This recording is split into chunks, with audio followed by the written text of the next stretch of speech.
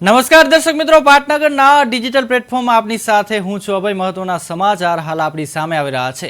Kutch university ખાતે પત્રકારિતાને કેળીએ યુવાનો અને સર્જકોના સંવાદ વિષય પર એક ખાસ કાર્યક્રમ યોજાયો હતો. યુવાનોમાં પત્રકારત્વ અને સર્જકતા કેળવ્યા તેવા હેતુથી યોજાયેલા આ કાર્યક્રમની અધ્યક્ષતામાં કુલપતિ ડોક્ટર મોહન પટેલે કરી હતી.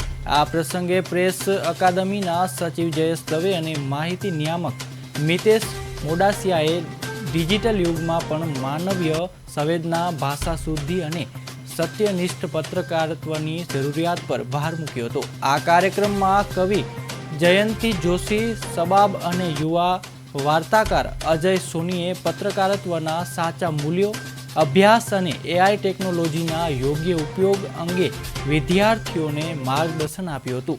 આ પ્રસંગે વિવિધ અધિકારીઓ, અધ્યાપકો અને મોટી સંખ્યામાં વિદ્યાર્થીઓ ઉપસ્થિત પણ રહ્યા હતા.